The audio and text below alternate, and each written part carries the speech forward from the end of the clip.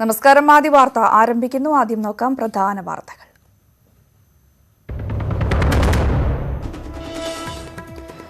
തീപിടുത്തത്തിൽ വിശദമായ അന്വേഷണം. CCTV ദൃശ്യങ്ങൾ ഇന്ന് പരിശോധിക്കും. ഉദ്യോഗസ്ഥ അന്വേഷണ സമിതിയെ സഹായിക്കാൻ CPM അനുകൂല സംഘടനാ പ്രവർത്തകർ. കത്തിനശിച്ച ഫയലുകൾ കണ്ടെത്താൻ വിവാദ അണ്ടർ സെക്രട്ടറിയും.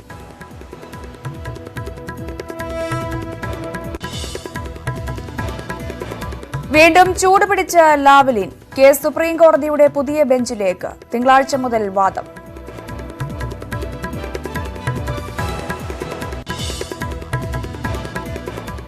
വടക്കാഞ്ചേരിയിലെ തട്ടിപ്പുകൾ തുടർക്കഥ.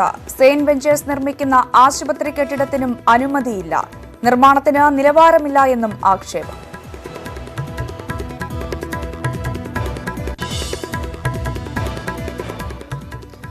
കൊച്ചി സ്റ്റേഡിയത്തിലും കൺസൾട്ടൻസി. മേൽക്കൂരയുടെ അറ്റകുറ്റപ്പണികൾ നിർണ്ണയിക്കാൻ ടെൻഡറുകൾ ക്ഷണിച്ച് GCDA.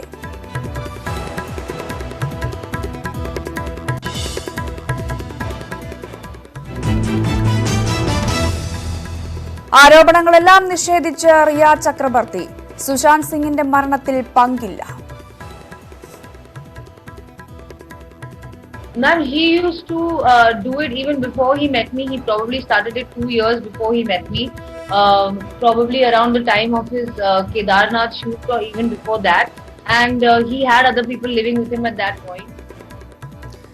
സുശാന്ത് മയക്കുമരുന്നിന് അടിമ. വിഷാദരോഗത്തിന് മരുന്ന് കഴിച്ചിരുന്നുവെന്നും ന്യൂസ് 18നോട്.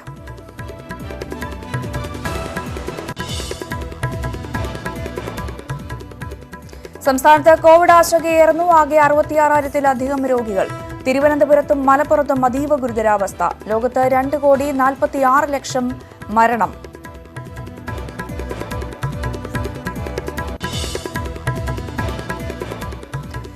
Messi Manchester സിറ്റിയിലേക്കോ? ഗാർഡിയോളയുമായി ഒരാഴ്ച മുൻപേ ചർച്ച നടത്തിയെന്ന സൂചന. 3 പ്രമുഖ താരങ്ങളെ പകരം നൽകാമെന്ന് ബാഴ്സയോട് സിറ്റി.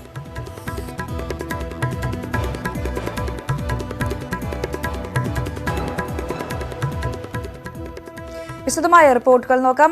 സെക്രട്ടേറിയറ്റിലെ പ്രോട്ടോകോൾ ഓഫീസിലുണ്ടായ തീപിടുത്തത്തിൽ പ്രത്യേക പോലീസ് സംഘം ഇന്ന് CCTV ദൃശ്യങ്ങൾ പരിശോധിക്കും. അട്ടിമറി നടന്നിട്ടുണ്ടോ എന്നറിയാനാണ് പരിശോധന. അതേസമയം തീപിടുത്തം സംബന്ധിച്ച് അഗ്നിശമന സേന സർക്കാരിന് റിപ്പോർട്ട് സമർപ്പിച്ചു. തീപിടുത്തം നടന്ന പ്രോട്ടോകോൾ ഓഫീസിനകത്ത് CCTV ഇല്ല. ഇതിന്റെ പരിസരത്തുള്ള CCTVകളിലെ ദൃശ്യങ്ങളാണ് പ്രത്യേക പോലീസ് സംഘം പരിശോധിക്കുന്നത്. തീപിടുത്തത്തിന് കാരണം ഫാൻ ചൂടായി ഉരുകിയതെന്നാണ് അഗ്നിശമന സേനയുടെ റിപ്പോർട്ട്. തുടർന്ന് ഷോർട്ട് സർക്യൂട്ട് ഉണ്ടായെന്നും വിലയിരുത്തലുണ്ട്. ഇതേ അനുമാനം തന്നെയാണ് അന്വേഷണ സംഘത്തിനും. അതേസമയം ദുരന്ത നിവാരണ അതോറിറ്റി കമ്മീഷണർ ഡോക്ടർ A. കൌശികിന്റെ നേതൃത്വത്തിൽ പൊളിറ്റിക്കൽ ഡിപ്പാർട്ട്മെന്റിലെ ഫയലുകളുടെ കണക്കെടുപ്പ് തുടരുകയാണ്. മുഴുവൻ ഫയലുകളും പരിശോധിച്ച് സ്കാൻ ചെയ്ത് സൂക്ഷിക്കും. ഏതൊക്കെ ഫയലുകളാണ് കത്തിയതെന്നും കണക്കെടുത്ത ശേഷം 5 ദിവസത്തിനകം സർക്കാരിന് റിപ്പോർട്ട് സമർപ്പിക്കും. ന്യൂസ് 18 തിരുവനന്തപുരം. സെക്രട്ടേറിയറ്റിലെ തീപിടുത്തത്തിൽ നശിച്ച ഫയൽ കണ്ടെത്താൻ നിയോഗിച്ചത് ഇടത് യൂണിയനിലെ സജീവ പ്രവർത്തകരെ. തീപിടുത്തം അന്വേഷിക്കുന്ന കൌശികൻ IAS തലവനായ സമിതിയെ സഹായിക്കാൻ നിയോഗിച്ചവരെ കുറിച്ചാണ് ആക്ഷേപം. സെക്രട്ടേറിയറ്റിലെ തീപിടുത്തം അന്വേഷിക്കുന്ന സമിതിയുടെ ആദ്യ യോഗത്തിലാണ് ഫയലുകൾ സംബന്ധിച്ച് പരിശോധന നടത്താൻ പൊതുഭരണ വകുപ്പ് പൊളിറ്റിക്കൽ വിഭാഗത്തിലെ ഉദ്യോഗസ്ഥരുടെ സഹായം തേടിയത്. ചീഫ് സെക്രട്ടറി വിട്ടുനൽകിയത് GAD പൊളിറ്റിക്കലിലെ CPM അനുഭാവികളെ. തീപിടുത്തം റിപ്പോർട്ട് ചെയ്യാനെത്തിയ മാധ്യമപ്രവർത്തകരെ കയ്യേറ്റം ചെയ്ത അണ്ടർ സെക്രട്ടറി AP രാജീവനാണ് സമിതിയിലെ ആദ്യ പേരുകാരൻ. സെക്ഷൻ ഓഫീസറായ സുദർശനൻ, അസിസ്റ്റന്റുമാരായ ഹരി P. നായർ, പ്രമോദ് എന്നിവരാണ് ഫയൽ പരിശോധിക്കാനായി നിയോഗിക്കപ്പെട്ടവർ. 4 പേരും സെക്രട്ടേറിയറ്റിലെ CPM അനുകൂല സംഘടനയായ സെക്രട്ടേറിയറ്റ് എംപ്ലോയീസ് യൂണിയനിലെ സജീവ പ്രവർത്തകരാണ്. AP രാജീവൻ കോടിയേരി ബാലകൃഷ്ണൻ മന്ത്രിയായിരുന്നപ്പോൾ പേഴ്സണൽ സ്റ്റാഫിലുണ്ടായിരുന്ന വ്യക്തിയാണ്. ഹരി P. നായർ ജോലി ചെയ്യുന്ന സെക്ഷനിലെ ഫയലുകളാണ് കൂടുതലും നശിപ്പിക്കപ്പെട്ടത്. സജീവ സംഘടനാ പ്രവർത്തകരായ ജീവനക്കാരെ തന്നെ പരിശോധനയ്ക്ക് നിയോഗിച്ചത് സംശയത്തിനിടയാക്കിയിട്ടുണ്ട്. എന്നാൽ തീപിടുത്തത്തിൽ സുപ്രധാന ഫയലുകൾ നശിച്ചിട്ടില്ലെന്ന നിലപാടിലാണ് മുഖ്യമന്ത്രി പിണറായി വിജയൻ. ഈ കത്തി എന്ന് പറയുന്നതിൽ ഇപ്പോൾ വന്നിട്ടുള്ള പ്രാഥമികമായ റിപ്പോർട്ട് അനുസരിച്ച് സുപ്രധാനമായ ഒരു ഫയലുമില്ല. കത്തിയത് ചില ഭാഗങ്ങളാണ് എന്നും പറഞ്ഞിട്ടുണ്ട്. അത് പ്രധാനപ്പെട്ട ഏതെങ്കിലും സുപ്രധാനമായ ഫയലുകളല്ല എന്നതും ഇതിനകം പുറത്തു വന്നിട്ടുണ്ട്. ADGP മനോജ് എബ്രഹാമിന്റെ മേൽനോട്ടത്തിലുള്ള പോലീസ് സംഘവും അന്വേഷണം നടത്തുന്നുണ്ട്. News 18 Thiruvananthapuram. SNC Lavalin case supreme കോടതിയുടെ പുതിയ ബെഞ്ചിലേക്ക് ജസ്റ്റിസ് NV രമണ അധ്യക്ഷനായ ബെഞ്ചിൽ നിന്നും കേസ് രണ്ടംഗ ബെഞ്ചിലേക്ക് മാറ്റി. ജസ്റ്റിസുമാരായ UU ലളിത്, വിനീത് സരൺ എന്നിവരാണ് കേസ് ഇനി പരിഗണിക്കുക. പുതിയ ബെഞ്ച് തിങ്കളാഴ്ച വാദം കേൾക്കും. ലാവ്ലിൻ കേസിലെ ഹൈക്കോടതി വിധി ചോദ്യം ചെയ്ത് CBI നൽകിയ ഹർജിയിലാണ് സുപ്രീം കോടതിയുടെ പരിഗണനയിലുള്ളത്. കേസിൽ പിണറായി വിജയൻ ഉൾപ്പെടെയുള്ളവരെ വെറുതെ വിട്ട ഹൈക്കോടതി വിധി വസ്തുതകൾ വിശദമായി പരിശോധിക്കാതെയാണ് എന്ന് ഹർജിയിൽ CBI ചൂണ്ടിക്കാട്ടുന്നു. വടക്കാഞ്ചേരിയിൽ ലൈഫ് മിഷൻ ഫ്ളാറ്റ് സമുച്ചയത്തിനോടനുബന്ധിച്ച് സെയിന്റ് വെഞ്ചേഴ്സ് നിർമ്മിക്കുന്ന ആശുപത്രി കെട്ടിടത്തിനും അനുമതിയില്ല. ഹാബിറ്റാറ്റ് ടെക്നോളജീസിന് ഫ്ളാറ്റ് നിർമ്മിക്കാൻ അനുമതി നൽകിയ സ്ഥലത്താണ് ആശുപത്രി കെട്ടിടവും ഉയരുന്നത്. വടക്കാഞ്ചേരിയിൽ ലൈഫ് മിഷൻ പദ്ധതിക്കായി യുണിടാക് നിർമ്മിക്കുന്ന ഫ്ളാറ്റ് സമുച്ചയത്തോടനുബന്ധിച്ചാണ് ആശുപത്രി കെട്ടിടം ഉയരുന്നത്. ഹാബിറ്റാറ്റ് ടെക്നോളജീസിന് ഭവന സമുച്ചയം നിർമ്മിക്കാൻ വടക്കാഞ്ചേരി നഗരസഭ നൽകിയ അനുമതിയിലാണ് സെയിന്റ് വെഞ്ചേഴ്സും ആശുപത്രി കെട്ടിടം പണിയുന്നത്. റെസിഡൻഷ്യൽ കെട്ടിടം നിർമ്മിക്കുന്നതിനാണ് ഹാബിറ്റാറ്റിന് അനുമതി. ആശുപത്രി കെട്ടിടം നിർമ്മിക്കാൻ ജില്ലാ മെഡിക്കൽ ഓഫീസറുടെയും ചീഫ് ടൗൺ പ്ലാനറുടെയും അനുമതി ആവശ്യമാണ്. ഈ അനുമതി ഇല്ലാതെയാണ് ആശുപത്രി കെട്ടിടം പണിയുന്നത് എന്നാണ് ആരോപണം. സെയിന്റ് വെഞ്ചേഴ്സിന്റെ പേര് ഒരു രേഖകളിലും ഇല്ലെന്നും അനിൽ ലക്കരെ MLA ആരോപിച്ചു. ചീഫ് ടൗൺ പ്ലാനറിന് അനുമതി മേടിക്കണം. ആശുപത്രി പണിയാണെങ്കിൽ DMOന്റെ കയ്യിൽ നിന്ന് അനുമതി മേടിക്കണം. ഇതിന് യാതൊരു രേഖയുമില്ല. ആശുപത്രി കെട്ടിടത്തിനും പുതിയ കെട്ടിടം ഒന്നും തന്നെ ഒരു രേഖയില്ല. എല്ലാം 100% അനധികൃതമാണ്. രണ്ടാമത് ആശുപത്രി പണിയുന്ന സെയിന്റ് വെഞ്ചേഴ്സ് എന്ന് പറയുന്ന സ്ഥാപനം ലൈഫ് മിഷന്റെ പിക്ചറിലേ ഇല്ല. അതേസമയം 5 കോടി ചെലവിട്ട് നിർമ്മിക്കുന്ന ആശുപത്രി കെട്ടിടത്തിന് വേണ്ടത്ര നിലവാരമില്ലെന്നും ആരോപണമുണ്ട്. സമീപത്ത് യുണിടാക് നിർമ്മിക്കുന്ന ഫ്ളാറ്റ് സമുച്ചയത്തിന് കെട്ടിട നിർമ്മാണ പെർമിറ്റില്ലെന്ന് വിവരാവകാശ രേഖകൾ പുറത്തുവന്നിരുന്നു. വിവരാവകാശ രേഖകളിലും സെയിന്റ് വെഞ്ചേഴ്സിന്റെ പേര് പരാമർശിക്കുന്നില്ല. 2 നിലകളുള്ള ഈ കെട്ടിടമാണ് ഫ്ളാറ്റ് സമുച്ചയത്തിന് സമീപത്തെ ആശുപത്രി കെട്ടിടം. 5 കോടി ചെലവിൽ നിർമ്മിക്കുന്ന ഈ കെട്ടിടത്തിന് പ്രാഥമിക അനുമതി പോലും ലഭിച്ചിട്ടില്ലെന്നാണ് ഉയരുന്ന ആരോപണം. ചരൽപ്പറമ്പിൽ നിന്ന് KP ധനേഷിനോടൊപ്പം സുബി വിശ്വനാഥൻ, ന്യൂസ് 18. കൊച്ചി അന്താരാഷ്ട്ര സ്റ്റേഡിയത്തിന്റെ മേൽക്കൂരയുടെ അറ്റകുറ്റപ്പണികൾ നിർണ്ണയിക്കുന്ന ചുമതലയും കൺസൾട്ടൻസിക്ക്. ഇത് സംബന്ധിച്ച് GCDA ടെൻഡറുകൾ ക്ഷണിച്ചു. കേരളത്തിൽ കൺസൾട്ടൻസി വിവാദങ്ങൾ കത്തി നിൽക്കെയാണ് വിശാല കൊച്ചി വികസന അതോറിറ്റിയും കൺസൾട്ടൻസിയെ സമീപിച്ചിരിക്കുന്നത്. കൊച്ചി ജവഹർലാൽ നെഹ്റു സ്റ്റേഡിയത്തിന്റെ മേൽക്കൂരയ്ക്ക് പെയിന്റ് അടിക്കുന്നതിനും തുരുമ്പിച്ച ഭാഗങ്ങൾ കണ്ടെത്തി മാറ്റുന്നതിനുമാണ് വിശാല കൊച്ചി വികസന അതോറിറ്റി കൺസൾട്ടൻസിയെ സമീപിച്ചിരിക്കുന്നത്. മേൽക്കൂരയുടെ തകരാറുകളെക്കുറിച്ച് പരിശോധന നടത്തി കൺസൾട്ടൻസി നൽകുന്ന റിപ്പോർട്ടിന്റെ അടിസ്ഥാനത്തിലായിരിക്കും അറ്റകുറ്റപ്പണികൾ നടത്തുക. റിപ്പോർട്ട് നൽകിയതിനു ശേഷം പണികൾ ഏറ്റെടുത്ത് നടത്തുന്നതിനായി വീണ്ടും കരാറുകാരെ സമീപിക്കാനാണ് GCDAയുടെ തീരുമാനം. ഉയരത്തിലുള്ള മേൽക്കൂരയുടെ തകരാറുകൾ കണ്ടെത്താൻ സംവിധാനമില്ലാത്തതിനാലാണ് കൺസൾട്ടൻസിയെ സമീപിച്ചിരിക്കുന്നതെന്നാണ് വിശദീകരണം. അതിന്റെ മേൽക്കൂര ഉള്ളത് നല്ല ഉയരത്തിലാണ്. അതിന്റെ മുകളിൽ കയറി നിന്ന് അതിന്റെ കേടുപാടുകൾ എന്താണെന്ന് തിട്ടപ്പെടുത്താൻ അതിനുള്ള സാങ്കേതികവിദ്യ GCDയെ സംബന്ധിച്ചില്ല. അപ്പം അതിന് പ്രാപ്തരായ ഏതെങ്കിലും ഏജൻസിയെ ഏൽപ്പിച്ചാലാണ് അവരാണ് അതിന്റെ മേൽക്കൂരയിൽ കയറി എന്തെല്ലാം കേടുപാടുകൾ എവിടെയൊക്കെ സംഭവിച്ചിട്ടുണ്ട്, എവിടെയെല്ലാം തുരുമ്പ് വന്നിട്ടുണ്ട്, എവിടെയെല്ലാം പെയിന്റ് ചെയ്യണം, എവിടെയെല്ലാം അഡീഷണൽ ആയിട്ട് എന്തെങ്കിലും താങ്ങ് കൊടുക്കണമെങ്കിൽ അത് ചെയ്യണം. ഇതൊക്കെ കണ്ടെത്തി ഒരു റിപ്പോർട്ട് തന്നാലേ എസ്റ്റിമേറ്റ് തയ്യാറാക്കി അതിന്റെ പ്രവർത്തനങ്ങളായിട്ട് മുന്നോട്ട് പോകാനുള്ളൂ. 2007 കോടികൾ മുടക്കി സ്റ്റേഡിയത്തിന്റെ മേൽക്കൂര നിർമ്മിച്ചത്. തുരുമ്പിക്കാത്തതും നിറം മങ്ങാത്തതുമായ ഗാൽവാലിയം ഷീറ്റുകൾ ഉപയോഗിച്ചുള്ള മേൽക്കൂര എന്നായിരുന്നു അന്നത്തെ അവകാശവാദം. മേൽക്കൂര നിർമ്മാണവുമായി ബന്ധപ്പെട്ട് കൊച്ചിക്ക് നിരവധി അന്താരാഷ്ട്ര ക്രിക്കറ്റ്, ഫുട്ബോൾ മത്സരങ്ങൾ നഷ്ടമാവുകയും ചെയ്തിരുന്നു. കൃത്യസമയത്തിനുള്ളിൽ കൺസൾട്ടൻസി പണി പൂർത്തിയാക്കിയില്ലെങ്കിൽ ഇനി വരാനിരിക്കുന്ന മത്സരങ്ങൾ കൂടി നഷ്ടമായേക്കുമോ എന്ന ആശങ്കയും ആരാധകർക്കുണ്ട്. കൊച്ചിയിൽ നിന്ന് വിനീത VG, ന്യൂസ് 18. സുശാന്ത് സിംഗിന്റെ മരണവുമായി ബന്ധപ്പെട്ടുള്ള ആരോപണങ്ങൾ അടിസ്ഥാനരഹിതമാണ് എന്ന് റിയ ചക്രബർത്തി. പരിചയത്തിലാകുന്നതിന് മുമ്പ് തന്നെ സുശാന്ത് മയക്കുമരുന്ന് ഉപയോഗിക്കുമായിരുന്നു. സുശാന്ത് വിഷാദരോഗത്തിന് മരുന്ന് കഴിച്ചിരുന്നുവെന്നും സുശാന്തിന് ലഹരി വസ്തുക്കൾ നൽകിയിട്ടില്ല എന്നും റിയ ചക്രബർത്തി പറഞ്ഞു. സുശാന്തിന്റെ മരണത്തിനു പിന്നിലെ കാരണം അറിയില്ല എന്നും റിയ ന്യൂസ് 18നോട് നൽകിയ അഭിമുഖത്തിൽ വ്യക്തമാക്കി. मैम अब यही बचा था, बाकी सारे एलिगेशंस तो इन्होंने मेरे पे ऑलरेडी लगा दिए हैं. क्या क्या नहीं बोला है. സുശാന്ത് സിംഗ് രജ്പൂത്തിന്റെ മരണത്തിൽ CBI അന്വേഷണം ആരംഭിച്ച ശേഷം ആദ്യമായാണ് സുശാന്തിന്റെ കാമുകിയും നടിയുമായ റിയ ചക്രബർത്തി മനസ്സ് തുറക്കുന്നത്. സുശാന്ത് സിംഗ് ലഹരിക്ക് അടിമയായിരുന്നുവെന്ന് റിയ ചക്രബർത്തി ആവർത്തിച്ചു പറയുന്നു. Ma'am honestly it's really sad to say, पर ये जो कंजम्पशन है ड्रग्स का और ये जो कंजम्पशन है मैरिजुआना का, Sushant used to smoke marijuana. और आई एम श्योर कि उनके स्टाफ और उनके आसपास के लोग जो एक्चुअली वहाँ थे वो इस बात को भी बता पाएंगे. ധാർനാഥ് എന്ന ചിത്രത്തിന്റെ ഷൂട്ടിങ്ങിനിടെ സുശാന്ത് കഞ്ചാവ് വലിക്കുമായിരുന്നുവെന്നും താനുമായി പരിചയത്തിലാകുന്നതിന് മുൻപ് തന്നെ സുശാന്ത് ലഹരി വസ്തുക്കൾ ഉപയോഗിക്കുമായിരുന്നുവെന്നും റിയ പറഞ്ഞു. കുടുംബത്തിന്റെ ആരോപണങ്ങൾ അടിസ്ഥാനരഹിതമാണെന്നും Riya. Ma'am, he used to do it even before he met me. He probably started it 2 years before he met me. Probably around the time of his Kedarnath shoot or even before that. And he had other people living with him at that point. And താൻ മയക്കുമരുന്ന് ഉപയോഗിച്ചിട്ടില്ലെന്നും ഇത് തെളിയിക്കാൻ രക്തപരിശോധനയ്ക്ക് തയ്യാറാണെന്നും റിയ പറയുന്നു. സുശാന്തിന് കഞ്ചാവ് നൽകിയിട്ടില്ല, ഇതുതന്നെയാണ് narcotics ബ്യൂറോയ്ക്ക് നൽകിയ മൊഴിയും. സുശാന്തിന്റെ മരണത്തിന് പിന്നിലെ കാരണം അറിയില്ലെന്നും ചെറുപ്പം മുതൽ സുശാന്തിന്റെ കുടുംബത്തിൽ പ്രശ്നമുണ്ടെന്നും റിയ പറഞ്ഞു. सुशांत के 5 साइकाइट्रिस्ट थे, जाने माने बहुत बड़े. वो हिंदुजा हॉस्पिटल खार में एडमिटेड था अंडर डॉक्टर कर्सी चावड़ा. उनकी ट्रीटमेंट और प्रिस्क्रिप्शंस सब डॉक्टर्स के सुपरविजन के अंदर होती थी. ബീഹാർ പോലീസിനെയാണോ മുംബൈ പോലീസിനെയാണോ വിശ്വസിക്കേണ്ടത് എന്ന ആശയക്കുഴപ്പം വന്നു. അതിനാലാണ് സുപ്രീം കോടതിയെ സമീപിച്ചതെന്നും റിയ ചക്രവർത്തി ന്യൂസ് 18നോട് പറഞ്ഞു. News desk news 18. സംസ്ഥാനത്താകെ കോവിഡ് ബാധിതരുടെ എണ്ണം 66,761. ഇന്നലെ 2,406 പേർക്കാണ് കോവിഡ് സ്ഥിരീകരിച്ചത്. 10 മരണങ്ങൾ കൂടി ഔദ്യോഗികമായി സ്ഥിരീകരിച്ചതോടെ ആകെ കോവിഡ് മരണം 268. ഇന്നലെ വരെയുള്ള കണക്ക് പ്രകാരം 22,736 പേരാണ് ചികിത്സയിലുള്ളത്. തിരുവനന്തപുരം ജില്ലയിൽ തന്നെയാണ് കൂടുതൽ മരണവും രോഗികളും. മലപ്പുറം ജില്ലയിൽ 230 പേർക്ക് കൂടി കോവിഡ് സ്ഥിരീകരിച്ചു. 192 പേർക്ക് സമ്പർക്കത്തിലൂടെയാണ് രോഗബാധ. 25 പേരുടെ സമ്പർക്ക ഉറവിടം വ്യക്തമല്ല.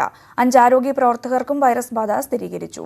സമ്പർക്കത്തിലൂടെ രോഗബാധിതർ ആകുന്നവരുടെ എണ്ണം വർദ്ധിക്കുന്ന സാഹചര്യത്തിൽ അതീവ ജാഗ്രത അനിവാര്യമാണ് എന്ന് ജില്ലാ കളക്ടർ പറഞ്ഞു. 538 പേർക്ക് ഇന്നലെ രോഗം ഭേദമായി. ഒരു ദിവസം ഇത്രയും അധികം ആളുകൾക്ക് കോവിഡ് ഭേദമാകുന്നത് ജില്ലയിൽ ആദ്യമാണ്. കോവിഡ് വ്യാപനം രൂക്ഷമായതോടെ സെന്റിനൽ സർവൈലൻസ് വ്യാപിപ്പിക്കാൻ തീരുമാനം. ഓഫീസുകളും ഷോപ്പിംഗ് മാളുകളും വിപണികളും അടക്കം 10 വിഭാഗങ്ങളിൽ പരിശോധന വ്യാപിപ്പിക്കും. തദ്ദേശ സ്വയംഭരണ സ്ഥാപനങ്ങൾ കേന്ദ്രീകരിച്ചാകും മുൻഗണനാ വിഭാഗങ്ങളെ കണ്ടെത്തുക. അടുത്ത മാസം കോവിഡ് വ്യാപനം കുത്തനെ ഉയരുമെന്നാണ് മുന്നറിയിപ്പ്. ഈ സാഹചര്യം കൂടി കണക്കിലെടുത്താണ് സെന്റിനൽ സർവൈലൻസ് വിഭാഗത്തിൽ പരിശോധന വ്യാപിപ്പിക്കാനുള്ള തീരുമാനം. എല്ലാ തദ്ദേശ സ്ഥാപനങ്ങളിലും ആഴ്ചയിൽ പരിശോധന നടത്തണം.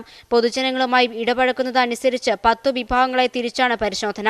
ഉദാഹരണത്തിന് സർക്കാർ ഓഫീസുകൾ, ബാങ്കുകൾ, ഷോപ്പിംഗ് മാളുകൾ, ഫാക്ടറികൾ തുടങ്ങിയ സ്ഥാപനങ്ങളിലെ ജീവനക്കാരെ ഒരു വിഭാഗത്തിൽപ്പെടുത്തും. പഞ്ചായത്ത് പരിധിയിലാണെങ്കിൽ 5ഉം, മുനിസിപ്പാലിറ്റിയിലാണെങ്കിൽ 20ഉം, കോർപ്പറേഷനാണെങ്കിൽ 30ഉം സാമ്പിളുകൾ ആഴ്ചയിൽ ഈ വിഭാഗത്തിൽ പരിശോധിക്കണം. ഇതേ രീതിയിൽ ആരോഗ്യ പ്രവർത്തകർ, അതിഥി തൊഴിലാളികൾ, അസംഘടിത തൊഴിലാളികൾ, ക്ലസ്റ്ററുകൾ, കണ്ടെയ്ൻമെന്റ് സോണുകൾ, പ്രായമായവർ തുടങ്ങി 10 വിഭാഗങ്ങളാണ് ഉൾപ്പെടുന്നത്. ആന്റിജൻ പരിശോധനയാകും നടത്തുന്നത്. പരിശോധനാ ഫലം പോസിറ്റീവായാൽ നേരത്തെയുള്ള മാർഗനിർദ്ദേശപ്രകാരം സമ്പർക്കം കണ്ടെത്തുന്നതും ക്വാറന്റീനുമെല്ലാം തുടരണം. പരിശോധന വ്യാപിപ്പിക്കുന്നതോടെ ക്ലസ്റ്ററുകൾ നേരത്തെ കണ്ടെത്തി നിയന്ത്രണങ്ങൾ ഏർപ്പെടുത്താൻ കഴിയുമെന്നാണ് പ്രതീക്ഷ. ന്യൂസ് 18 തിരുവനന്തപുരം. ലോകത്ത് കോവിഡ് ബാധിതരുടെ എണ്ണം 2,46,00,000 മരണം 8,34,000 കടന്നു. അമേരിക്കയിൽ 60 ലക്ഷത്തിലധികമാണ് കോവിഡ് ബാധിതർ. 1,84,000-ലേറെ പേർ ഇതുവരെ മരിച്ചു. അതിനിടെ ആരോഗ്യ അടിയന്തരാവസ്ഥ പ്രഖ്യാപിക്കുന്നതിനുള്ള മാനദണ്ഡങ്ങൾ പുതുക്കാൻ വേൾഡ് ഹെൽത്ത് ഓർഗനൈസേഷൻ തീരുമാനിച്ചു. ഇതിനായി ഒരു സമിതി രൂപീകരിക്കുമെന്നും ലോകാരോഗ്യ സംഘടന അറിയിച്ചു. കോവിഡ് പ്രതിരോധിക്കുന്നതിൽ ലോകാരോഗ്യ സംഘടന പരാജയപ്പെട്ടുവെന്ന വിമർശനമുയർന്ന പശ്ചാത്തലത്തിലാണ് നടപടി. തലശ്ശേരി മാഹി ബൈപ്പാസിന്റെ ഭാഗമായി നിർമ്മിക്കുന്ന പാലം തകർന്ന സ്ഥലം പ്രതിപക്ഷ നേതാവ് രമേശ് ചെന്നിത്തല ഇന്ന് സന്ദർശിക്കും. നിർമ്മാണത്തിൽ അഴിമതി ഉണ്ടെന്നും പാലം തകർന്നത് ഗുരുതര വിഷയമാണ് എന്നുമാണ് കോൺഗ്രസിന്റെ ആക്ഷേപം. സംഭവത്തിൽ സമഗ്ര അന്വേഷണം വേണമെന്ന് ജില്ലാ കോൺഗ്രസ് നേതൃത്വം ഇന്നലെ അവകാശപ്പെട്ടിരുന്നു.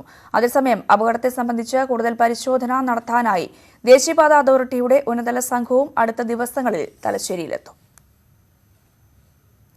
സംസ്ഥാനത്തെ മുഴുവൻ മത്സ്യത്തൊഴിലാളികൾക്കും പ്രത്യേക സാമ്പത്തിക പാക്കേജ് പ്രഖ്യാപിക്കണമെന്ന് പ്രതിപക്ഷ നേതാവ് രമേശ് ചെന്നിത്തല. കടലേറ്റം രൂക്ഷമായ പ്രദേശങ്ങളിൽ പുലിമുട്ടുകൾ സ്ഥാപിക്കണമെന്നും അദ്ദേഹം ആവശ്യപ്പെട്ടു. ചെല്ലാനത്തെ കടൽക്ഷോഭ ബാധിത പ്രദേശങ്ങൾ പ്രതിപക്ഷ നേതാവ് സന്ദർശിച്ചു. കോവിഡിന് പിന്നാലെ ശക്തമായ കടൽക്ഷോഭവും ചെല്ലാനം ഉൾപ്പെടെ എറണാകുളം ജില്ലയിലെ തീരദേശ മേഖലയെ ദുരിതത്തിലാക്കിയിരുന്നു. ഇവിടെ നിരവധി വീടുകൾ കടലെടുത്തു. മത്സ്യത്തൊഴിലാളികളുടെ അവസ്ഥ നേരിട്ടറിയാനാണ് രമേശ് ചെന്നിത്തല ചെല്ലാനം മേഖലയിലെത്തിയത്. കടൽക്ഷോഭത്തെ പ്രതിരോധിക്കാൻ മുഴുവനിടങ്ങളിലും കടൽഭിത്തി നിർമ്മിക്കണമെന്ന് തൊഴിലാളികൾ ആവശ്യപ്പെട്ടു. വന്ന സർക്കാർ പറയണത് ഇവിടെ നിന്ന്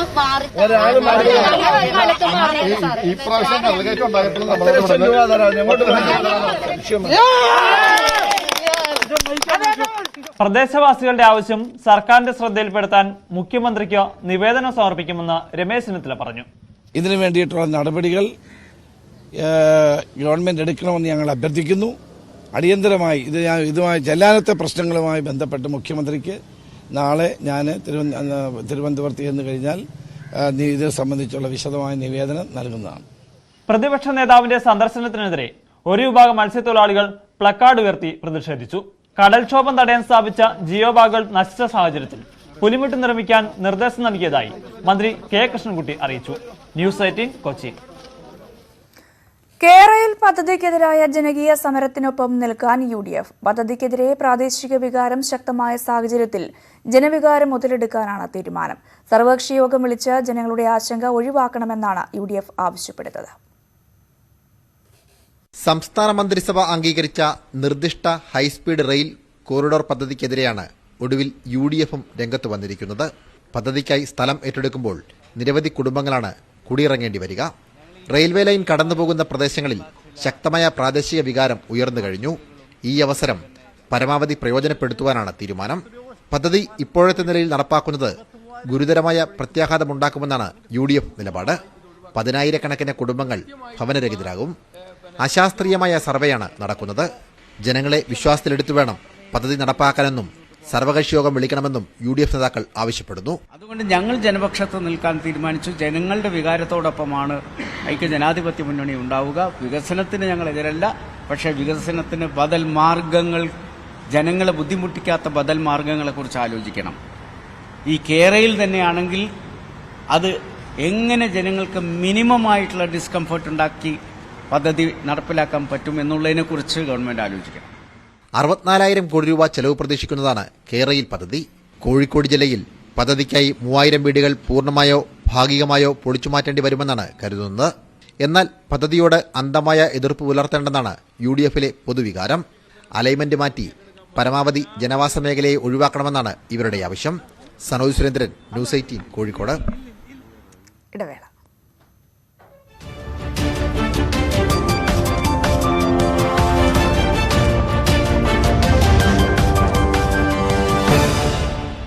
ഈ പരിപാടി നിങ്ങൾക്കായി സമർപ്പിക്കുന്നത്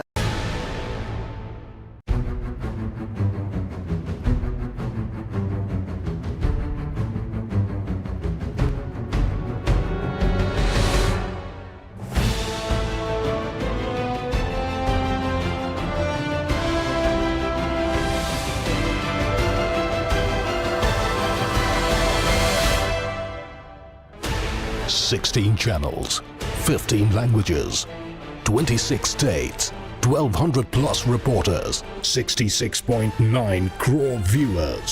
India's largest news network, News 18 Network.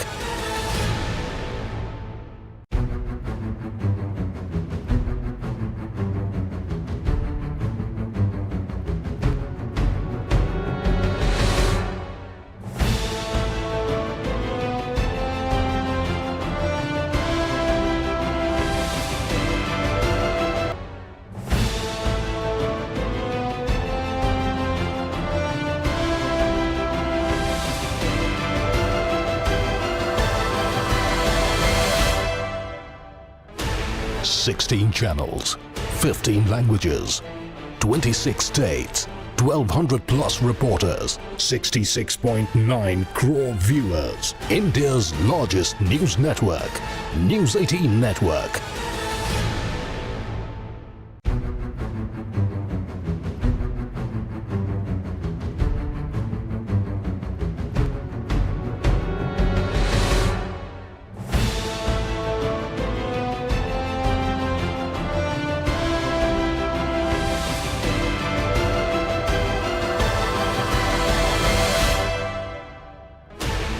Sixteen channels, 15 languages, 26 states, 1,200 plus reporters, 66.9 crore viewers. India's largest news network, News 18 Network.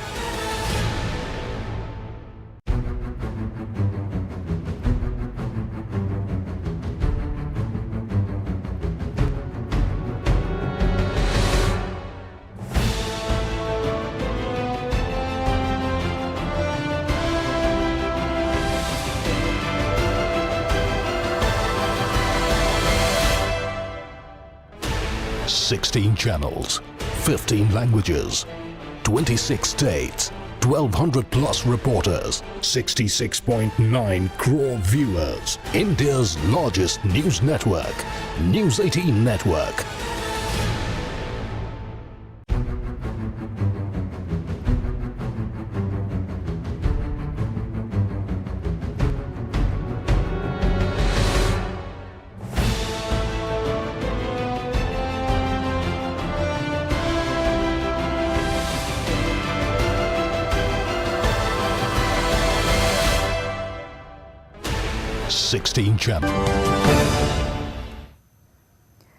Idukki Chinnakanal panchayat office ആക്രമിച്ച് സെക്രട്ടറി അടക്കമുള്ള ജീവനക്കാരെ മർദ്ദിച്ച സംഭവത്തിൽ പോലീസ് പ്രതികളെ സംരക്ഷിക്കുന്നുവെന്ന് ആരോപണം.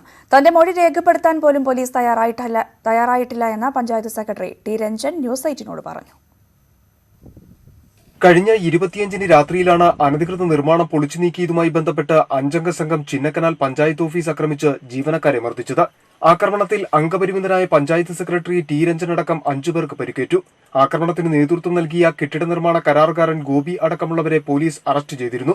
എന്നാൽ ഉന്നത രാഷ്ട്രീയ ബന്ധവും പണത്തിന്റെ സ്വാധീനവുമുള്ള പ്രതികളെ സംരക്ഷിക്കുന്നതിന് പോലീസ് ശ്രമിക്കുന്നുവെന്നാണ് ആരോപണം. തന്റെ മൊഴി രേഖപ്പെടുത്തുവാൻ പോലീസ് തയ്യാറായില്ലെന്ന് പഞ്ചായത്ത് സെക്രട്ടറി പറഞ്ഞു. എന്റെ മൊഴി രേഖപ്പെടുത്തില്ല. ഞാൻ അങ്ങോട്ട് ആവശ്യപ്പെട്ടിട്ടും SI വിനോദ് വന്ന് രേഖപ്പെടുത്തുമെന്നാണ് പറഞ്ഞത്. അതിനുശേഷം പോലീസുകാരൊന്നും കോൺടാക്ട് ചെയ്തിട്ടില്ല. പിന്നെ ഒരു പോലീസുകാരൻ മാത്രം വിളിച്ച് സാറിന്റെ മൊഴി ഫോണിൽ കൂടെ പറഞ്ഞുതരാം.